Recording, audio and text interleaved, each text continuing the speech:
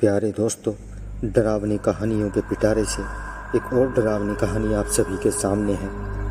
कहानी को सुनते रहिए और डर का मज़ा लेते रहिए। और ऐसी ही डरावनी कहानियों के लिए हमारे चैनल को सब्सक्राइब कीजिए। रात के 12:30 बज रहे थे।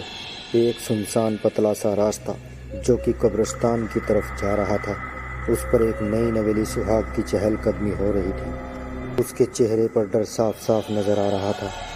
रात का सन्नाटा उसकी हिम्मत को तोड़ने की ताकत रखता था, लेकिन फिर भी अपने हाथ में एक छोटी सी काले कपड़े की पोटली लिए वो कब्रिस्तान के गेट तक पहुंच गई। उसने कब्रिस्तान का गेट खोला और अंदर कदम रखा। चारों तरफ कब्र ही कब्र और उनके बीच से होती हुई वो सुहागन एक छोटी सी कब्र के करीब पहुंची। उसने उस कब्र के पास की थोड़ी सी मिट्टी अपने हाथों से हटाई और उस पोटली को ज़मीन में दफन कर दिया।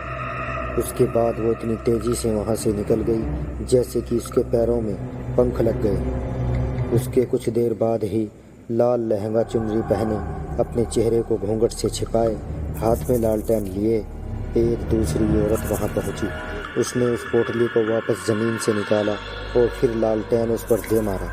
इस तरह लालटेन टूटा और वो पोटली आग की चपेट में आ गई। इसी कब्रिस्तान से कुछ ही दूरी पर एक बड़े से घर के एक कमरे में नितिन अपने बिस्तर पर लेटा सिगार की कश लगा रहा था।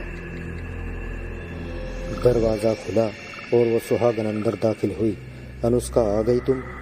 ये सुनकर वो नितिन के पास आकर बैठी और गुस्से से बोली, हाँ आ गई मैं, वो भी जिंदा। अरे गुस्सा क्यों कर रही हो? जिस तरह की फालतू रस्में तुम्हारे इस घर में मुझसे करवाई जा रही है ना, ऐसी रस्मों के बारे में मैंने सुना तक नहीं। इतनी रात में एक पोटली को ज़मीन में गाड़ने के लिए मुझे कब्रिस्तान भेज दिया। अगर मुझे कुछ हो जाता तो? उसकी बात को नितिन सुन तो रहा था, लेकिन मुंह से कुछ भी नहीं बोल पा रहा था। यह आखिरी रस्म थी जो मैंने कर दी। अब आगे से अगर मुझसे माँ जी ने कोई भी ऐसी वाहियात रस्म करवाई तो मैं पता नहीं क्या कर बैठूंगी। ये कहकर अनुष्का ने चादर डली और सोने गई। नितिन सोच रहा था कि जिस माँ के आगे उसके पिता नहीं बोलते थे, वो उसके आगे क्या बोलेगा, इसलिए वो चुप ही रहा। उस रात से करीब 9 महीने गुजर जाने के बाद रात के समय अनुष्का को प्रसव पीड़ा शुरू हुई। नितिन ड्राइंग रूम में अपनी माँ पल्लवी के पास गया, जहाँ उसकी बहन कामिनी भी बैठी थी। माँ, अनुष्का को लेबर पेन शुरू हो गया है, हमें उसे डॉक्टर के पास ले जाना चाहिए। डॉक्टर की ज़रूरत नहीं है, हमने उसका प्रबंध कर दिया है। तभी दरवाजे से होती हुई एक बूढ़ी औरत अंदर आई। पल्लवी ने उसको अनुष्का के कमरे में भेज दिया और बूढ़ी के अंदर जाते ही दरवाज़ा बंद कर दिया। कुछ देर बाद हमारे ख़ानदान का वारिस आने वाला है। कामनी बेटा, तुम सुबह से ही जश्न मनाने की तैयारी शुरू कर देना। कुछ देर बाद एक बच्चे की किलकारी की आवाज़ सभी को सुनाई दी और वो बूढ़ी बाहर निकली। मुबारक हो, आपको बेटी हुई है। ये सुनकर नितिन बहुत खुश हुआ और कमरे के अंदर दाखिल हो गया, लेकिन पल्लवी के चेहरे पर गुस्सा उबल आया। ये कैसे हो सकता है? एक लड़की? क्या तुमने उसे वो विधि नहीं करवाई थी? करवाई थी माँ।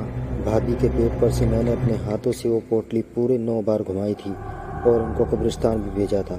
इसका मतलब है उस तंत्रिका ने हमें गलत टोटका बताया था। चलो अभी उसके पास चलते हैं। पल्लवी ने कामिनी को अपने साथ लिया और उसी टाइम घर से निकलकर शमशान भूमि की तरफ रवाना हो गई।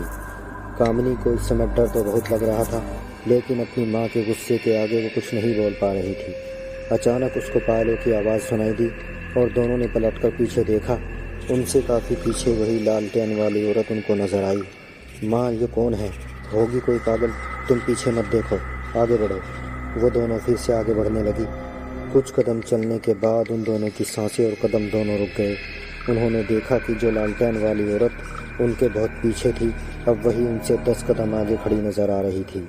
ऐ लड़की, कौन है तुम? पल्लवी ने उससे सवाल किया।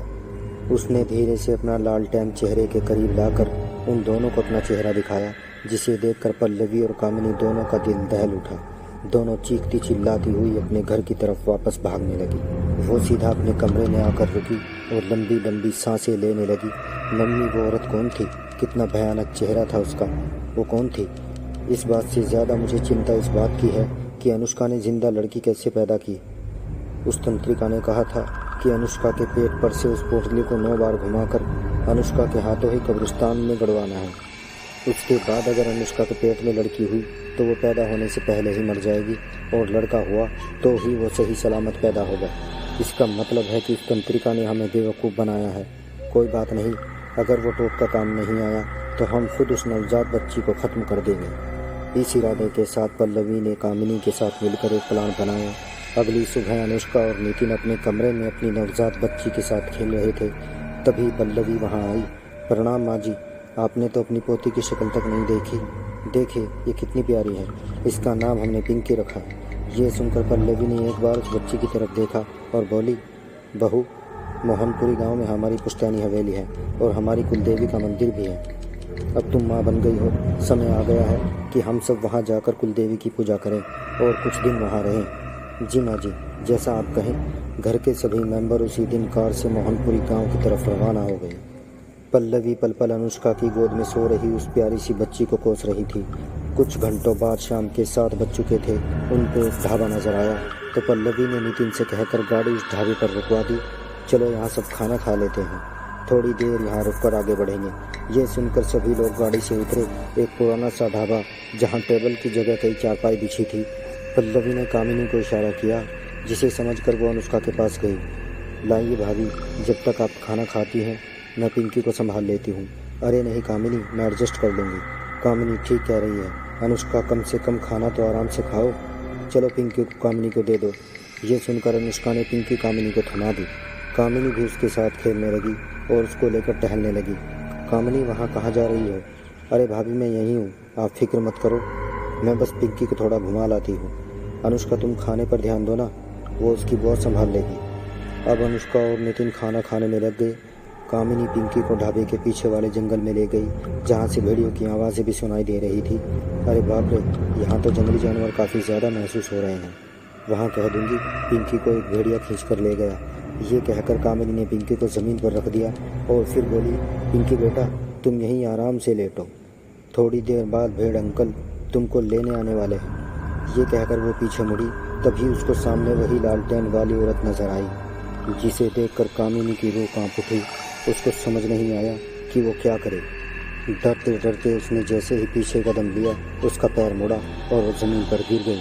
ये तो कामिनी की आवाज़ लगती है। ये सुनकर नितिन और अनुष्का भी उठ खड़ी हुई और तीनों डरी हुई हालत में ढाबे के पीछे जंगल की तरफ भागे।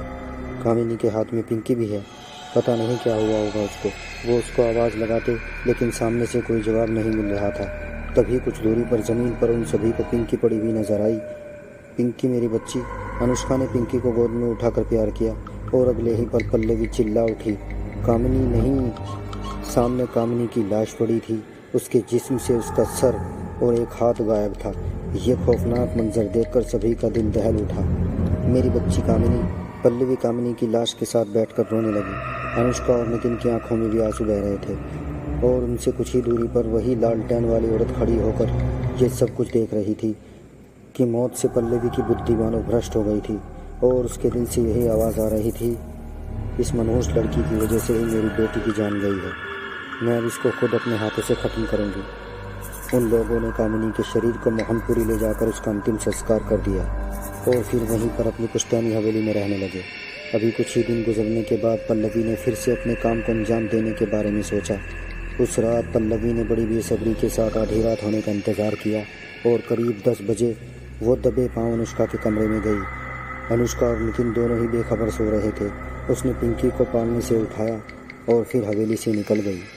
अपनी गोद में पिंकी को लिए हुए वो जंगल के बीचों बीच बने एक तालाब पर आ चुकी थी। मेरी बेटी को खाने वाली डायन, भाड़ में जा। ये कहकर उसने पिंकी को छपाक से तालाब में फेंक दिया। उसके बाद जैसे ही मुड़ी तो उसको ज़मीन पर वही लालटेन रखा हुआ नजर आया। उसके चेहरे के हाव भाव बदल गए। तभी उसको पानी की आवाज़ सुनाई दी और उसने पलटकर देखा, तालाब के अंदर से 2 हाथ ऊपर निकल आ रहे थे, जिनके अंदर सही सलामत पिंकी पड़ी मुस्कुरा रही थी। फिर तेजी से पानी के अंदर से वही औरत अपनी गोद में पिंकी लिए हुए बाहर निकल आई। वो पल्लवी के ठीक सामने थी। उस औरत के कपड़ों से पानी टपक रहा था। उसकी खौफनाक सांसों की आवाज़ पल्लवी के दिल को अंदर से दहला रही थी। कौन है तू? क्यों बार बार इस बच्ची को बचा लेती है? इस पर उस औरत के मुंह से एक शब्द निकला, जोखिमी। ये नाम सुनकर पल्लवी के डर का कोई ठिकाना नहीं रहा। वो वहाँ से भागना चाहती थी लेकिन जोखिम ने उसके बाल पकड़ लिए। उसने एक ही झटके में पल्लवी की गर्दन उसके धड़ से अलग कर दी और इसी पल अनुष्का और नितिन भी वहाँ पहुँच गए। ये देखकर उन दोनों का दिल दहल उठा था कि पल्लवी की मौत हो गई थी और उसकी बच्ची घूंघट वाली एक अनजान औरत की गोद में थी। तुम जो भी हो, मुझ पर रहम करो। तुमने जैसे मेरी प्यारी सासू माँ को मार दिया, मेरी बेटी को मत मारना। मेरी बच्ची मुझे दे दो, मेरी बच्ची मुझे वापस कर दो। ये कहते हुए अनुष्का हाथों को फैलाए ज़मीन पर घुटने टेके आंसू बहाने लगी। मैं तुम्हारी बच्ची को मारने नहीं बचाने आई हूँ, और पहले भी बचाया था इसकी बुआ से, जो इसको ख़त्म करना चाहती थी। ये सुनकर अनुष्का और नितिन को सब कुछ समझ में आ गया। उसने आगे बढ़कर अनुष्का को उसकी बच्ची सौंप दी। अनुष्का ने खुशी के आंसू बहाते हुए पिंकी को चूमा और खुद से चिमटा ली। पुराने समय में अश्वत्थामा ने उत्तरा की कोख पर हमला किया था, जिससे क्रोधित होकर भगवान श्री कृष्ण ने उसको श्राप दिया था। उसके बाद उत्तरा ने मुझे यानी जोखिम को जन्म दिया, और मेरा काम माँओं की कोख और उनके नवजात बच्चों की रक्षा करना था।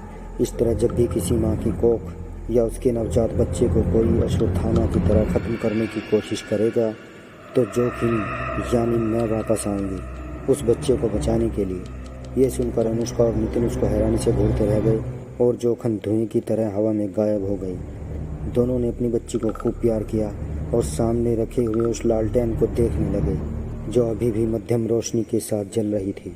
तो प्यारे दोस्तों, कहानी को अपने दोस्तों में भी शेयर कीजिए और हमारे चैनल को सब्सक्राइब ज़रूर कीजिएगा।